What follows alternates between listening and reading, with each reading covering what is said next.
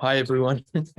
So Ben Neville. So I'm one of the deputy directors of Melbourne Climate Futures, and so it's my great pleasure to welcome Adam today. I would like to begin, however, of course, with acknowledging the traditional owners on the lands upon which we are holding this presentation today. The Wurundjeri people of the Kulin Nation, and pay my respects to their elders, past, present, and future. So in today's presentation, so Adam will actually begin by introducing himself and telling something of his life journey, but it includes being an academic at Melbourne Uni before then going on and having an entrepreneurial journey in the last few years. But so I don't really need to introduce him too much, but what I might say is that, as you can see on that slide up there, he's introducing himself as a practitioner in residence for Melbourne Climate Futures. So this is a deliberate attempt by us to bring in practitioners so that we can understand the problems that are out in industry and the broader economy, broader society better, so that we can have a more impactful effect upon the climate crisis that we have. And so it's a wonderful opportunity, therefore, to hear from Adam and to better understand what those problems are that we can then try and build our solutions to.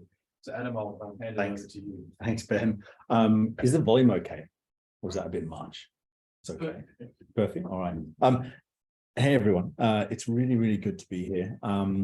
Today is not normally this is a research cluster, and normally we talk about research. Today is not really about research. Today is really about kind of a journey that I've been on, where I've been seeing things that are going well and things that are going wrong, and kind of talking about where I think there are some challenges in the future and how we might kind of address them. I'll try and keep it to 30 minutes so we got time for talking and questions. So this is a series really of experiences of what I've been kind of experiencing going through this. And the objective of today is just to open up a conversation and see if we can create some collaborations, some outcomes that are something different than we're normally used to doing. So I want to start with two things. The first thing is this computer here. So, there we go. The ZX Spectrum Plus, an amazing piece of technology. This is the computer I had when I was a kid. It's at 48K in total. Like 48K in total. So I got this, and as a kid, I was super interested in the natural world. I like riding horses, like playing in trees. I love being outside in nature, but I also super love computer games, right? So I got this computer and I absolutely fell in love with it. And then I kind of figured out you can use these little words on here to program in BASIC. So I read the manual, I started programming in BASIC. And what did I make? I wasn't very creative, so I basically made an office suite that was absolutely terrible, and I made a database of all my pets. So that was the extent of my computer programming skills. And I have to say, it hasn't actually changed since that time when I was about 7 or 8. But what I really loved about it and why I brought it up is I remember sitting there for hours and hours and hours playing on this thing and really loving kind of what it could do, but also how it could relate to real life, how it could relate to my actual pets that lived in my garden. And I just thought there was a cool link there around what we do about technology and how we sit with it when we're trying to live our lives. So fast forward a few years, I end up at the concrete jungle of UEA, the University of East Anglia in the UK, doing ecology. So I was a science student looking at ecology, looking at how the world basically works and the processes. And so that got me really thinking about systems level processes. And I ended up specializing in environmental politics and in evolutionary biology and behavior. So 2 different theses. And what really got me going about that is our role as a species, as humans, as animals that live on the planet, and the things we can do as a species on this planet to affect that planet and how the planet affects us. And so when I finished my undergrad, I went off and I kind of bummed around at a ski resort for a year and then ended up in London in a boiler room sales place. Literally a room about this big with no computers, just a telephone, a stack of cards for companies you got to call. You ever seen In the Pursuit of Happiness with Will Smith? And he's like hitting the button because he's got to make so many phone calls. That's what it was like. And people were standing on their desks and they were shouting. And it was all to make some advertising spaces for this group, the United Nations Framework Convention on Climate Change. Really interesting. We're making these publications that went to these meetings. I had no idea. I applied to a little job ad that was in the Guardian newspaper and ended up at this place. I was the only person there who really knew anything about climate change. So I ended up kind of running this thing and working for this organization. It was really interesting. At the same time, I did my master's in globalization, where I learned about political ecology, worked with Ray Bryant there, another B, and really got into how systems work and how ecology, the ecology of our planet, is intimately connected to the structural power systems of political economy. And how do we use that to understand what really is going on? Not just the science and not just the social construction of it, but somewhere through the middle. And so as I did this, I got a little consultancy with these guys in Bonn. I went out to Bonn, I started working on the CDM, the Clean Development Mechanism, started understanding what it could do for climate, and started understanding what it really wasn't doing for development. And so we had all this kind of carbon problems, basically. But what I loved about this was, and as I was writing my master's thesis and researching it in Ecuador on carbon forestry, was if we can set the structures in my mind, if we can set the structures of the rules and the governance, the markets will go and do this. Because capitalism is a crazy powerful force. So if we can set the rules, surely the market can solve this and drive emissions reductions. Now, the challenge with that was sustainable development wasn't commodified in this. You're not paying for that. So it always gets left out. It's the second contradiction of capitalism. And so this is where I kind of ended up thinking, well, I love this stuff, but this isn't working. I want to figure out ways to make the market work. So I was fascinated in this. I decided I would head off and go and try and write a DPhil on it. So really into how market mechanisms could do the things we wanted to do, reduce our carbon emissions and drive development. This is obviously just taken off the internet. I plugged in forest and aeroplane and this came up, but it actually shows what was happening in the mid 2000s, 2004, 2005 with offsets and flights and planes. And now fast forward nearly 20 years, we're still pretty much having the same debate. So what are we doing with these market mechanisms? How do offsets work? And so I got super interested in making really crappy diagrams in PowerPoint and then putting them into academic papers. And so basically my whole frame here was, how do we link the North and the South through commodities and transactions? And what do those transactions actually mean? And so what I found with this was, and what I found fascinating, is that someone in Oxford could click a button on a mouse and it would affect someone in Honduras. And this was classic chains of explanation, classic way of understanding how capital was forcing changes in different places. But what I came out with at the end of this is that the technology that's actually on the ground, so is it a hydro dam, is it a forest with sensors, is it a improved cook stove, makes a huge difference to where carbon is, to where people are benefiting from it or not. And so what I came out of that, really kind of convinced that if you can get the governance structures right and the technology right, we can actually do some real good. If you don't get those things right, you end up kind of screwing people over or screwing the planet over in the process. So fast forward, I went to UC Santa Cruz, did a postdoc at a business school in Canada, and I ended up trying to figure out, okay, how can we use technology? Zoom into Melbourne in 2011, and I was fascinated by how do we take this idea of market mechanisms, transactions, and technology and create some good. So I started doing some action research in 2012 on Pacific Islands and the role of mobile phones. And the role of mobile phones as a way to get data. How do we get people to really tell us what's going on? Can we use that? So we ran started a little company, partnered with Melbourne Uni, started running this thing, and did the first mobile phone survey across the Pacific for climate adaptation. So how could basically pinging people, what is happening today? Or what do you think about this? What's the highest risk in your community? Was it the most successful mobile phone survey in the world? No, it wasn't. It worked. Like we worked with Digicel and Vodafone, we got it out, but luckily we sort of supported it with a whole bunch of qualitative research, going to the communities, working with them. But what it showed was that people were willing to use technology to try and find some ground truth, to actually provide some information on what's going on for them, not what's going on from someone flying in with a flag and saying, I think you should do this in your community. So it's really about soft adaptation. But what was kind of interesting about this is that it's actually sponsored by UNESCO. And so they were interested in what are the cultural associations with this? What is really happening for people there? And what was interesting that came out of this for me is that I think maybe I was just being naive, but I kept thinking this technology can do something. Mobile phones can change the process, the way people interact with each other, and it can do a lot of good. Now, there's loads of experience and papers written about this with mobile money, lots in Africa on the role of this. But for me, when I came back to it, I thought, well, can we connect all these small actions into something bigger? So someone responding on their phone, if that's aggregated, can that turn into something that's more powerful than just that one person? So I'm not really an activist, although I am a political ecologist. And I probably still am a political ecologist at heart, even though I've changed and done a lot of different things in the meantime. And what I really found about that is that structures of political economy and agency of local places are intertwined, and one can affect the other. And that's what I still hold as, I think, where we end up today at the end of this talk of where we need to go in the future. One thing that kind of really frustrated me as I went through doing this work, not just this project, but actually just trying to work on how do we get really good participation that's meaningful and genuine with local people, that local people actually want to be part of, is that when you ended up kind of doing some of this consulting work, I did a bunch of consulting work for UN agencies, not UNESCO, some others, kind of ended up, I'll give you the quote. I said, how about we do some videos in the local language, working with people, produce all this stuff, like really get it out there, get people to see what's going on here. And they said a 70-page report will be fine. And it was so hard and so disheartening. And actually, we ended up closing the company, not because of that one thing, but because we was really finding it hard to try and get this traction to move it forward.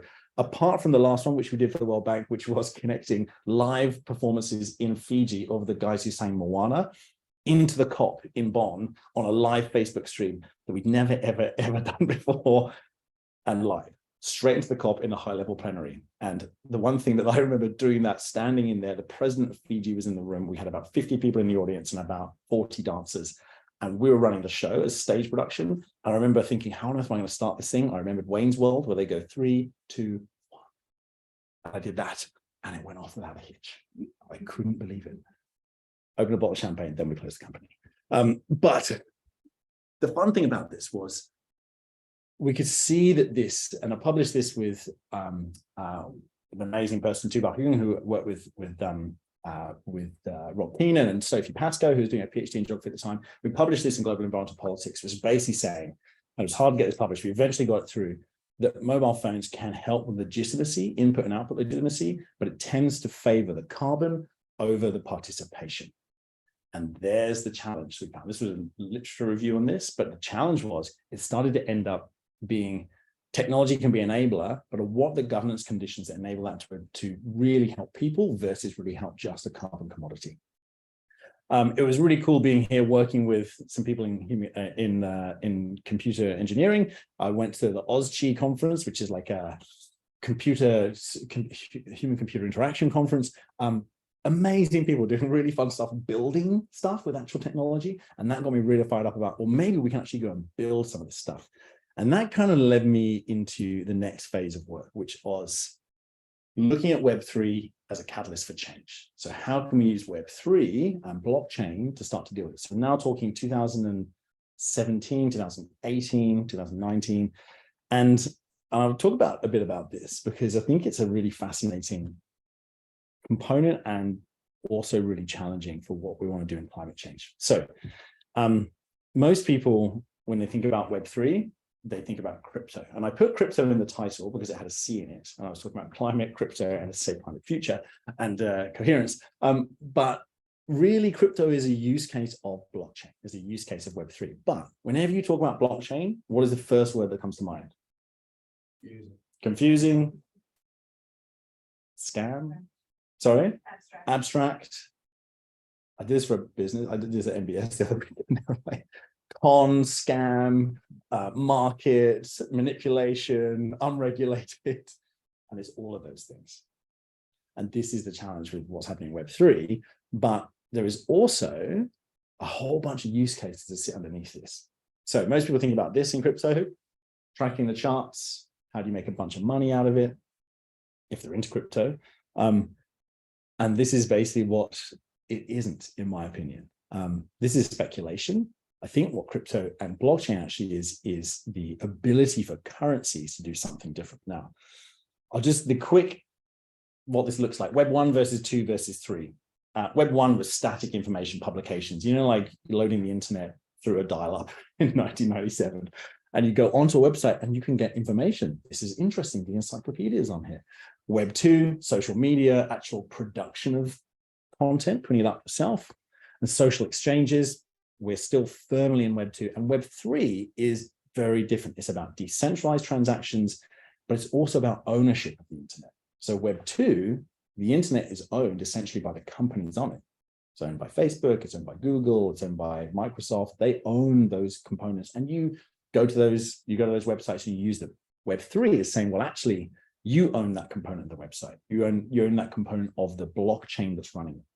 And so there's a fundamental difference here, which is from read to read write to read write and own.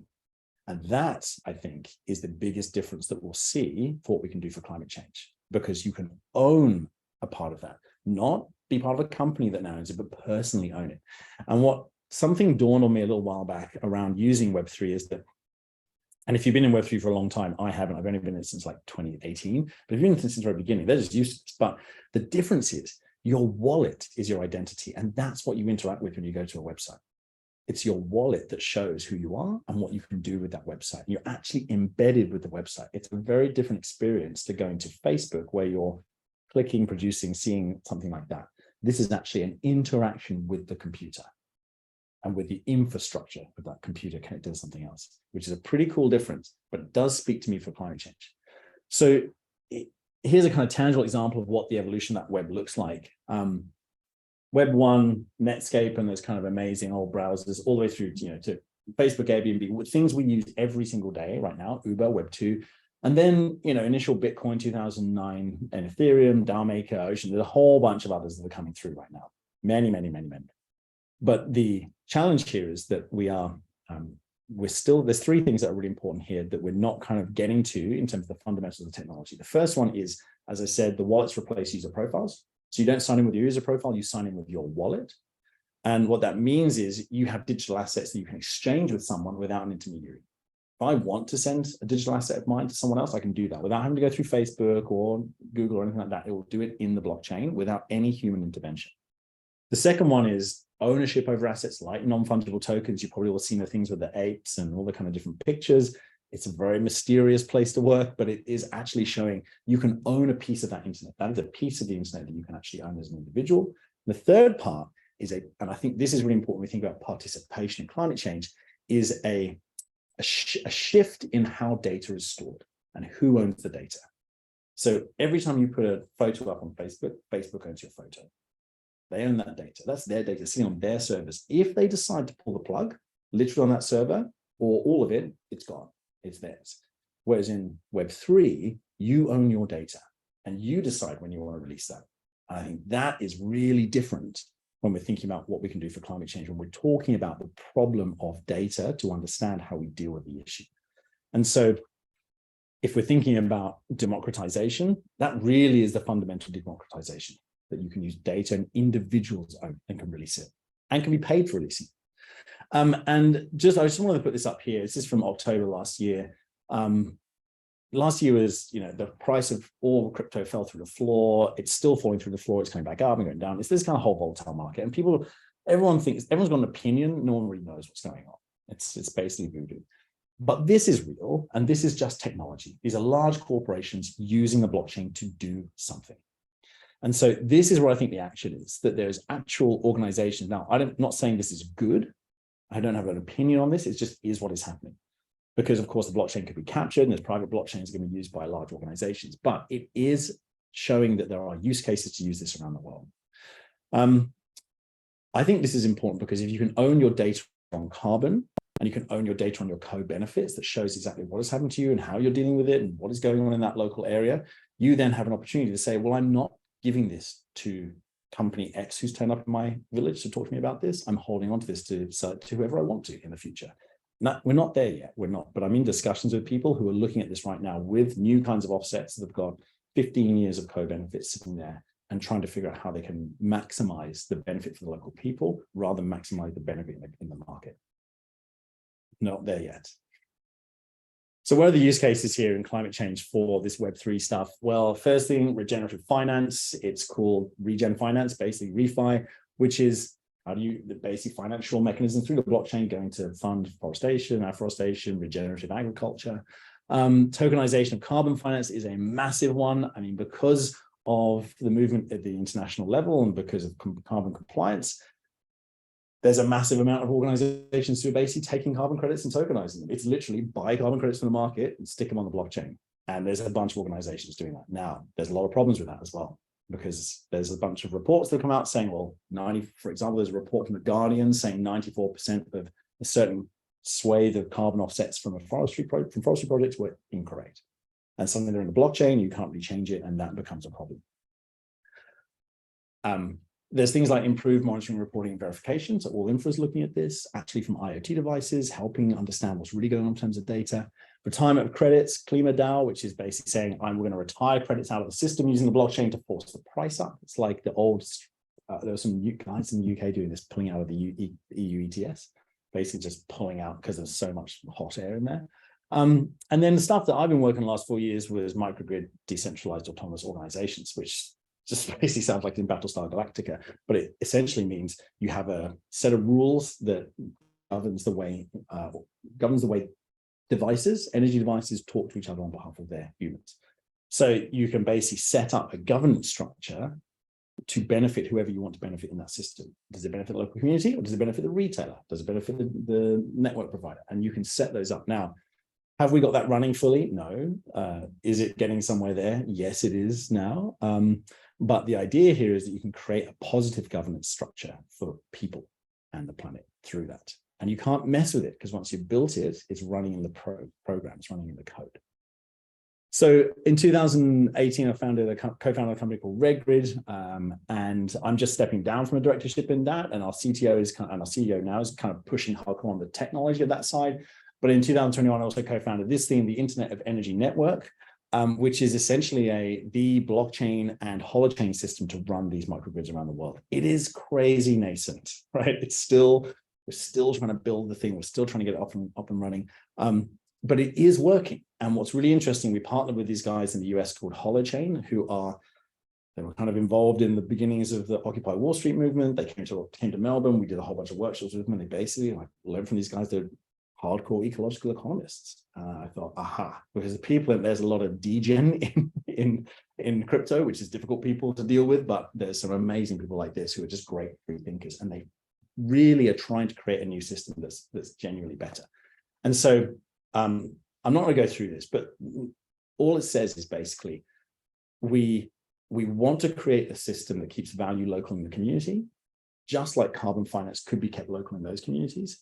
And we want to do that in a system that's scalable and basically can disrupt us towards a much faster use of renewable energy for everything all the time. That's the big picture.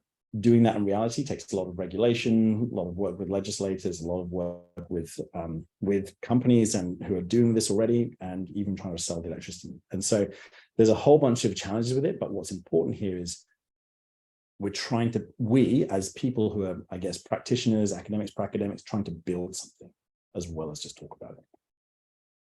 What are the challenges here? Well, the first one is the volatility of markets. Like, still, you rely on the crypto markets. And so your runway goes from here to zero. And we've experienced that last year. And it was a really tough time. We had to basically scale back everything to just the tech team, because capital markets contracted, crypto markets contracted. And to keep the things alive, you just basically have to lay off everybody and try and keep going. And this is the reality of the situation. So that's really hard. The second part is data, rubbish in, rubbish out. If you've got absolute garbage going into it in terms of data for carbon or local participation or any of the things we care about as academics in this, doesn't matter if it's ledger and blockchain, it's still rubbish. It's just immutable rubbish. So that's a massive opportunity to make it better, but also a challenge. The complexity for users is, and I'm really trying to think about this, to think about where this fits, is it is still overkill for the majority of people. Most companies are like, okay, we'll play with this. I mean, I just read this morning, Disney has just laid off 7,000 people. Disney, Mickey Mouse Disney, laid off 7,000 people, including its entire metaverse department. The metaverse, buying NFTs, everything happening on virtual, they've laid off everybody, happened this morning. So what that sends as a signal to the market is super, super early. And if you actually look at this over here, this is the metaverse here, more than 10 years, probably that's right. So the challenge is it's too complex, it's too difficult, it doesn't make sense for a lot of people right now, even though the fundamentals, if you really kind of meditate on it, it makes a ton of sense. So the biggest challenge here is that if we're thinking about climate changes, it has the potential to scale quickly because everybody can be involved. It's actually not that hard with a bit of work. It's not that hard, but there's hype cycles in this. And we've been through these. This is a classic innovation hype cycle. Oh my God, this is gonna be crazy. Jump in, get to the top. What? Oh, wait a second. This isn't as good as we thought. This is taking way longer. Collapse. Bankruptcies, startups die, Armageddon in the industry. And then slowly but surely things start to build back up. We've seen this over and over again. Nearly every technology that comes out, the internet, home computer, everything. So it's just classic. And we're probably about somewhere, if you do this on the camera, probably still on the way down. Optimistically, we might be in the end of the trough of disillusionment at the very best.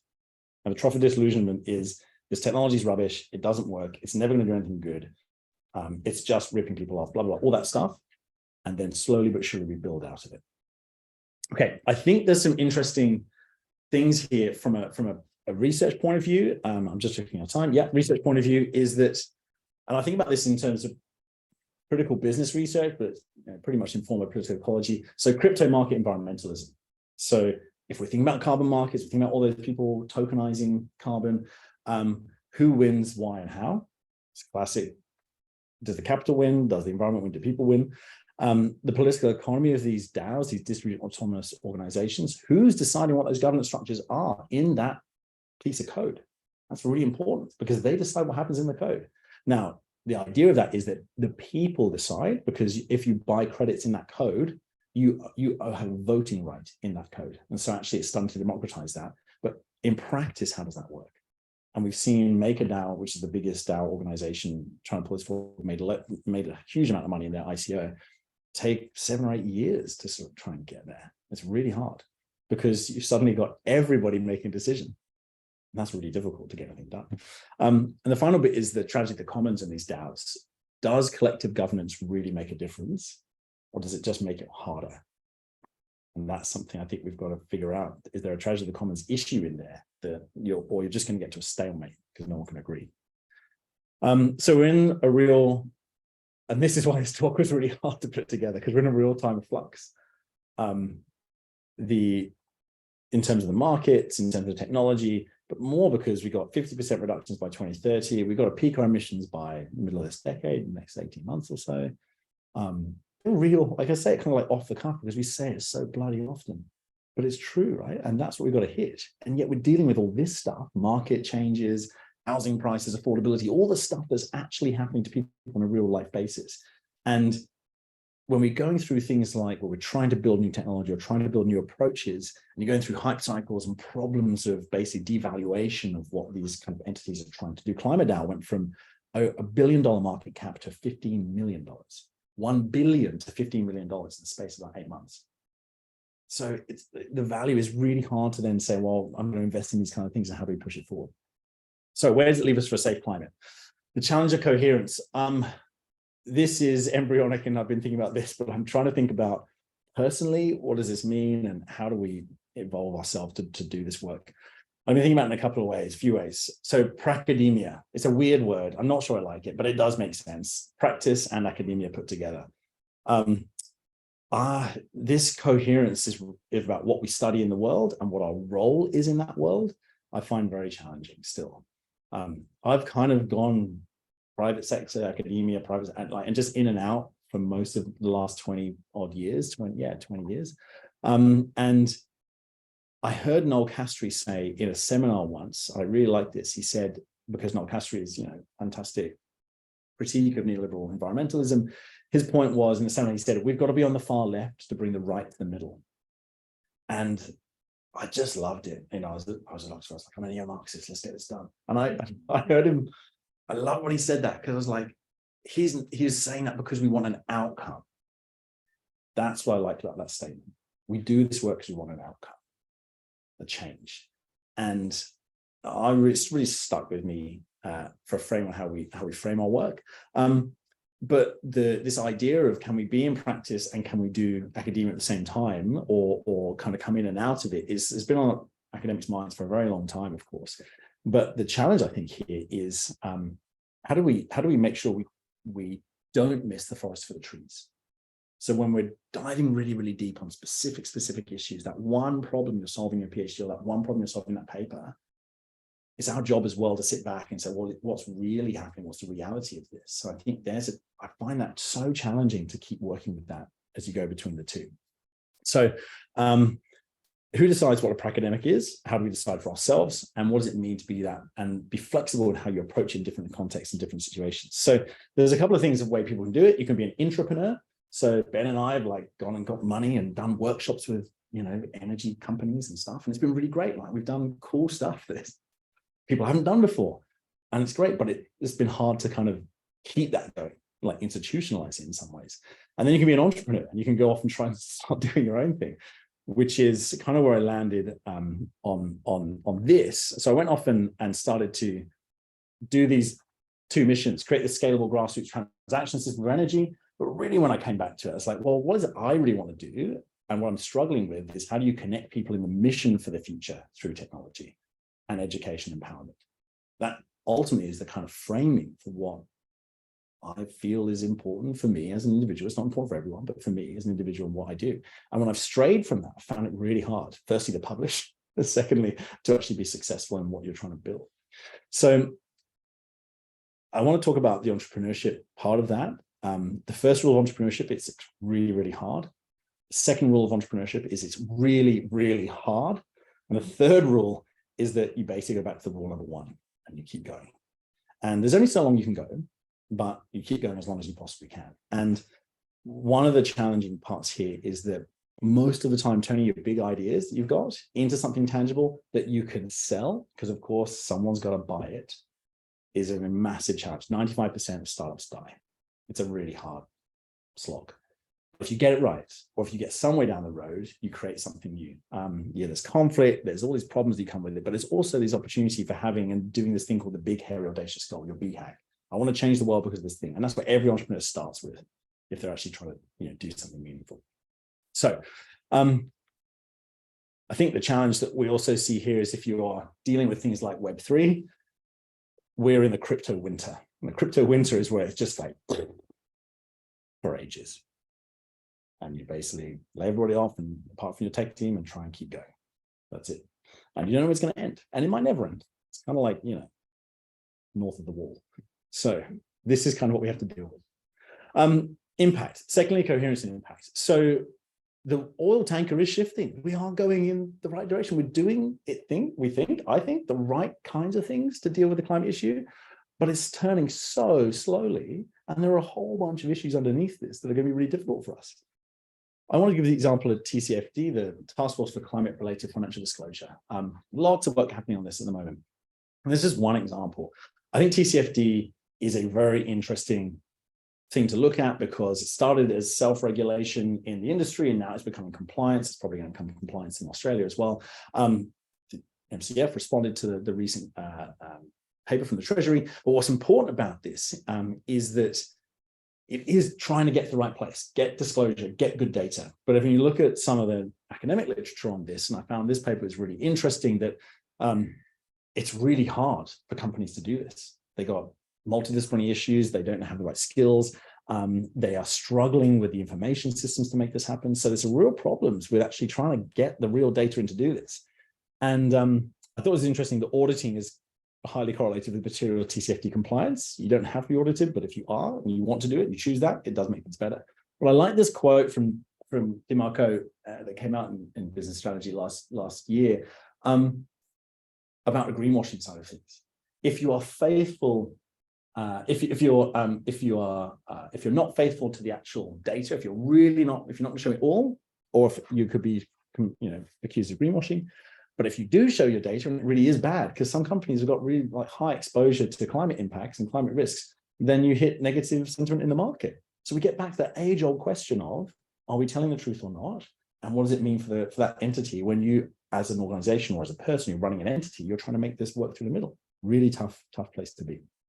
But I think what's interesting for us here is, if this is true, how do we navigate our way through it? And that's kind of where I kind of landed personally on this as well.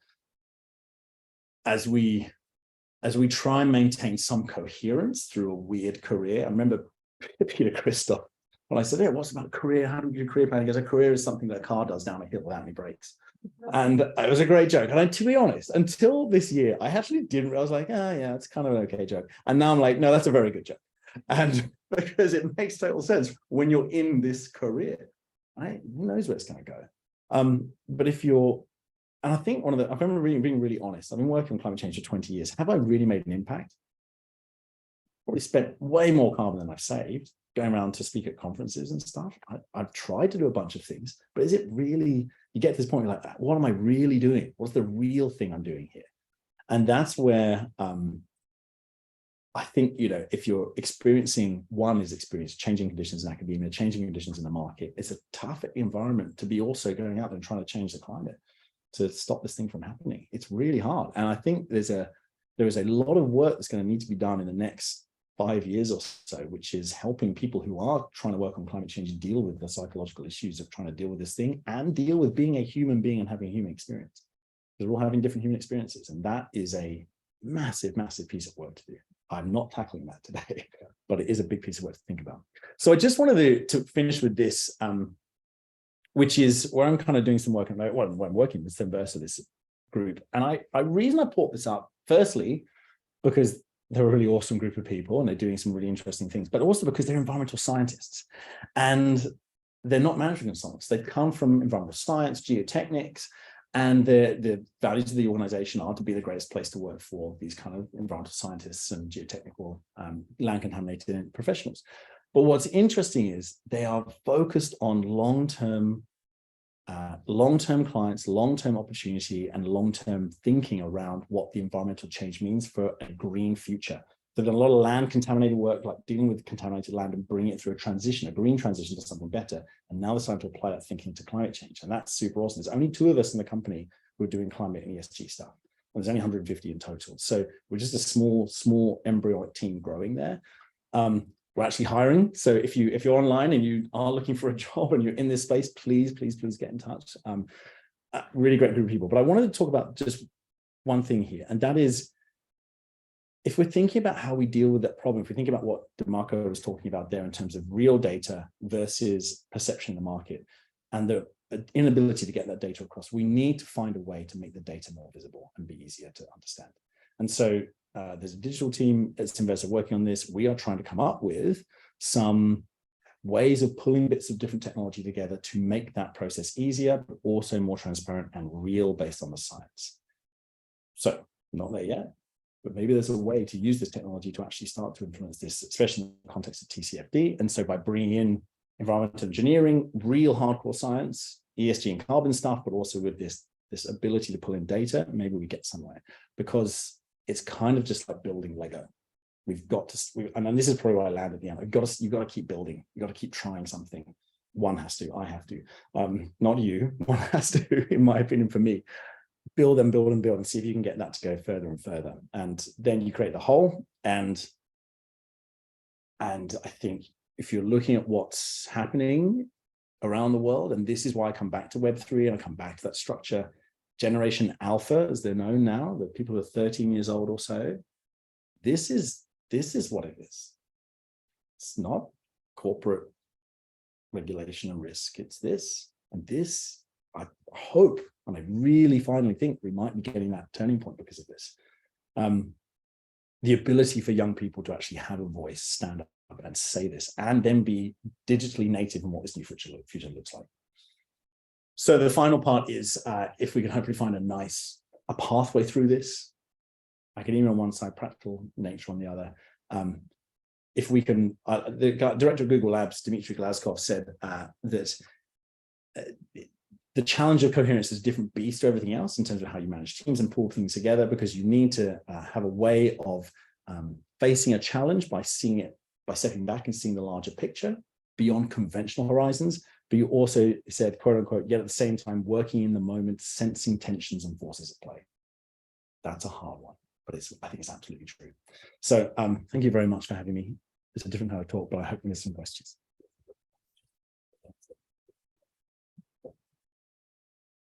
So we have time for some questions, and there might be some questions. It looks like there's one up online already. Do we put it up? And we've got some hands up there too. Just read that one. Okay. Oh, yeah, Theo. So this is from Hamish, and this says, thanks, Adam. Fascinating talk. Many foreign concepts for me, but totally on board with the mission of connecting people around values like education and sustainability and trying to peer through the fog to find something real while clinging to the greasy academic pole. All right, here's the question. Curious if you have any thoughts about the role of academia, how we can improve connections to the outside world, and the possibility for individuals to move in and out of academia more freely. Oh, it's a great question. Thank you, Hamish. The greasy pole of academia is a great metaphor as well. I don't really have any answers for that, apart from the neoliberalization of the university is tough because it becomes really difficult to say, well, I've got to get my money to do my pure research from the corporate sector, and the corporate sector has different timeframes and different approaches for what they want to get out of it. I don't have a straight answer, but I mean, it would be an amazing place to have the ability to do the academic research that we need to do with tenure that then is not influenced by those outside forces, but have more influence with those outside forces embedded together. Maybe we're starting to get enterprise professorships and things like that make a lot of sense, I think, because you've got people who really understand and get what's happening in business, trying to help academics, because we have a tendency, right, to sit in the ivory tower and wax lyrical about stuff and, you know, think this is the world, but I think there is a real need for us to be real about what's going on, especially when we're dealing with something like climate change. But what I loved, and so I guess the thing is, I don't really have a straight answer. I think from going between, but the challenge probably is you're promoting on publications, and if you don't spend time writing publications because you're working in practical aspects of it, then you can't get promoted, or you can't get that next job or the next role. I think there's probably needs to be a wider understanding of what practice can bring to deep research, and vice versa, and maybe that's structural. Yeah, it's a tough one. Thanks, Hamish. Oh, I'm looking at you, Theo. Yeah. You're like Hamish's surrogate. That's all from all that. Thank you. Thanks, Adam. Really interesting talk. I'm so interested. But I'll limit it to, if you could talk to the interaction between, it's like you mentioned governance a lot, but I think you're talking about very different governance structures to what I generally talk about. So I was wondering if you could talk about the interaction between how Web3 is governed versus how the rest of the world is governed. And also within that, how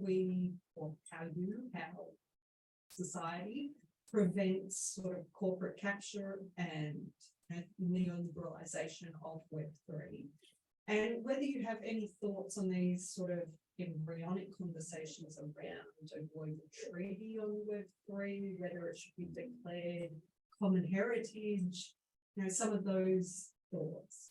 Oh wow, they're a great set of questions. Thanks, Alicia.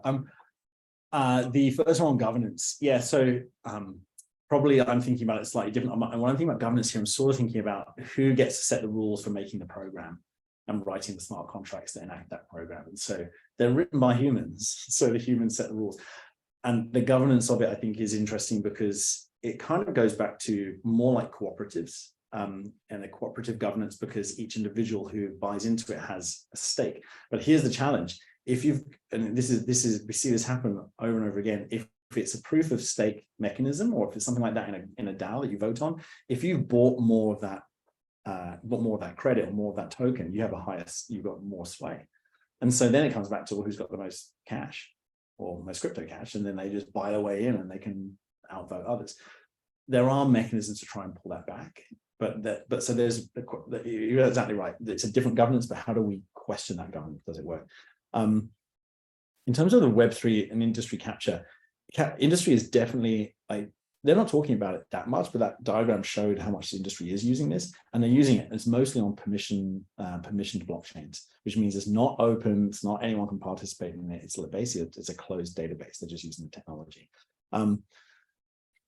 which is okay, because it's doing a use case for it, but it's not the fundamental thesis or ethos of what it was about.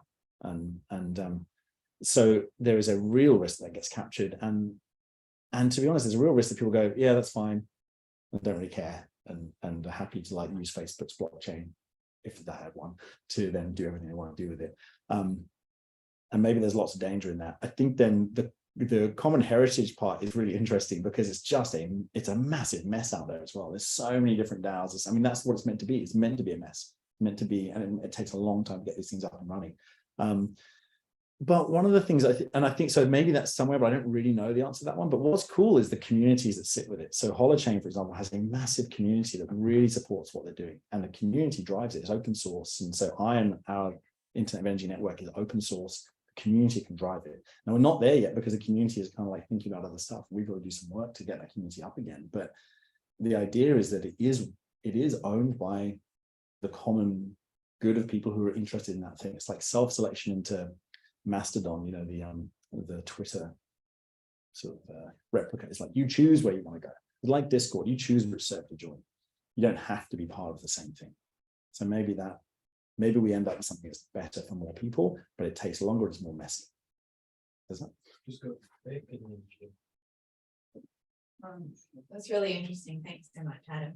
So I'm really interested in just to take the case study of ECFD, for example. So you talked about how you can get coherence potentially from more information, but I wonder whether coherence needs to also come from the absence of information and looking at what are the gaps. Because I think with TCFD, one of the interesting things around it, they talk about this idea of double materiality. So often companies who are disclosing climate change impacts, they're actually just focusing on how climate change is going to affect them. But there's a real gap in thinking around, well, how are they actually impacting on the climate problem? So I think then there's a really important role for regulators to play in filling those gaps. In Europe, they've introduced this reporting directive, which basically requires companies to not only account for how climate change will affect them, but also how they will have an impact on climate change itself. So I wonder if there's any scope for thinking around, well, how do we create coherence? Yes, good information is great, but it's very much dictated by the decentralization of this, which is the interests of those who are actually putting the information out there in the first place. I wonder if there's a role for thinking around where are the gaps that are being left behind, and then is that where government and these superstructures come in place so the top down still has a role to play? Yeah, that's a really good point. So absolutely, the gaps are a problem, and it's interesting to note. I mean, like, we are talking to companies who are worried about this stuff, because they think, well, TCFD is coming. I've got to report to this, but I also got to report to the science-based targets. And I've also got to report to GRESB. I've got all these different standards I've got to report to try and cover that. And it's like carbon regulation was in North America in the sort of early 2010s. It's like it's a patchwork of stuff, and somehow we're trying to stitch it together to cover all of that, to try and cover any of those gaps. But if you just choose one standard or one, you miss a bunch of other stuff. So it is coming, and the compliance is making that happen. You're right. That's right. The EU legislation, I mean, climate targets here and disclosure from companies. I think the challenge is making sure those gaps are sewn up with something that, if you talk to a company that says, like, well, like, we're still trying to do our work, we're still trying to sell this thing, we're still trying to keep our economy afloat, that is where it starts to get really tricky. But if we don't do that, we won't have an economy afloat, because we're spending all our money on adaptation. And so, yeah, I think it's a really good point. I think ultimately it will come from compliance. It's the main driver. Most of our work comes from compliance. The EPA says you need to comply, so companies go, we need to comply, and we go and do auditing for them and help them do that. And it's like a classic Porter hypothesis. People will innovate once there's a regulation. The challenge is it's taking us 10 years to get regulation here. So I think that's where we'll land. Yeah. Well, the classic issue is between governments and the market. But it's actually not quite like that, because a lot of governments have moved to make the market work. So you mentioned the tragedy of the commons, which is Garrett Hardin's invention. And when he put that forward, what he essentially was doing in his essay was to put forward the arguments put forward by the enclosure movement during the period that common land was being fought over by the merchants who wished to enclosing Mhm. on it. Mm. And the reality of it is that enclosures is movement one, and the peasants lost their collaboratively managed and governed land. Now, you can sort of see an analogy with this with data and information, in that W3 makes available the opportunity for that contest to be fought out, Mm. so that it makes it possible to enclose data in what has previously been pretty much a commons of open source software, collaborative management and so forth. So it seems to me that we're just at the very early stages of a very large contest over who's going to own data and who's going to own information, in which chances are the large economic forces will be successful. For example, you can see Facebook trying to create ownership of virtual space, which currently is available for nothing, collaboratively produced in a thing called OpenSim. So firstly, I would say the sort of governance you need is for communities to impose on this battle values, and probably that needs to be done not just sort of individually, but collectively. And that probably needs to be done scale. So the battle over who would own the root servers 15 years ago for the web, that battle really needs to be not only fought in this particular area, but won, because in fact it was lost in the battle over the root servers. One country owns the root servers. So yeah, I just want to you and see what your reaction. No, it's a great point, and it's a great point. I wrote my first master thesis on the tragedy commons and carbon finance, and so Garrett Hardin's essay rings absolutely true. And it's like the interesting thing you're saying. Actually, Web3 has started precisely with that in mind, that it is owned by the people, and you can buy a server yourself, spin it up at home, and own a node, and that's yours. You get paid for that, and it's you don't have to worry about any regulation. It's not regulated, all that kind of stuff. And it's the idea is that your data is yours. You are. And you can interact with others around it. But what you're saying is really important around communities mobilizing and scaling, because we've seen, and that started put up with all the use cases, all those companies using blockchains, is exactly that. Large economic actors want to capture this, and that's one aspect. The second aspect is some people don't want to manage that themselves. So, for example, in crypto, you are the bank. It's in your wallet. It's yours. Like, if that's all your money for everything, then it's up to you. If you lose the keys, there's no one who can rescue it for you. And so many people are actually really happy to have an intermediary. But that comes with it a price one pays for privacy and security potentially, and capture. I think you're right. Like, there's a battle to be played here. I don't know. There is no answer. It just is. That's what we're going to see. And I think there will be lots of industry capture around this. There's already industry capture around it on climate change for certain things, like, for example, tokenization of the carbon markets.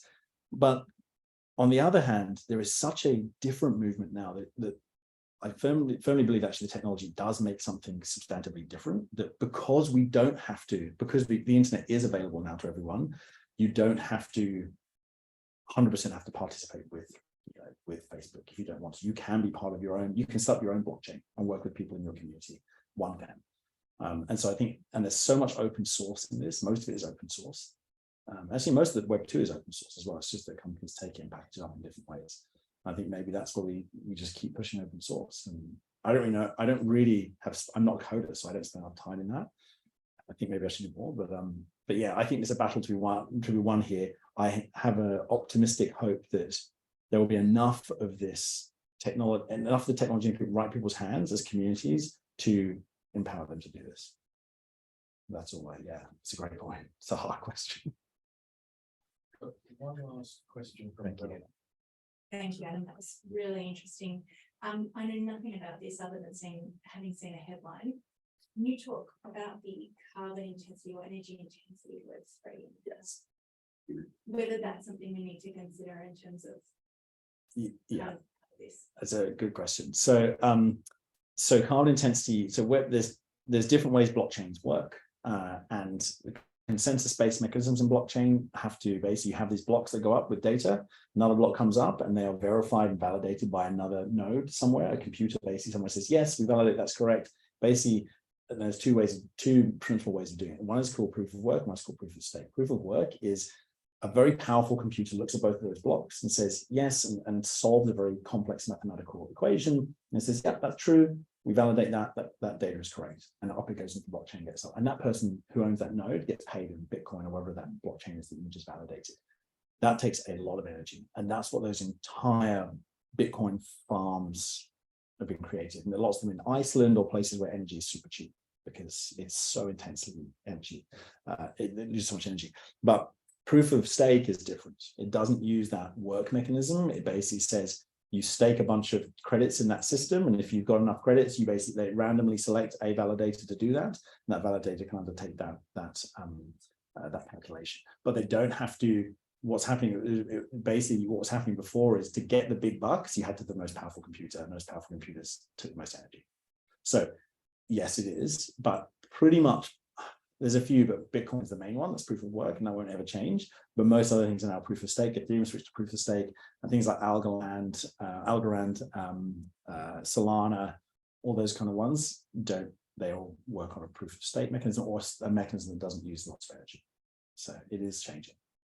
Yeah, but more computers, more servers, all that kind of stuff is more energy. So it's just not particularly tied to Web3 so much anymore.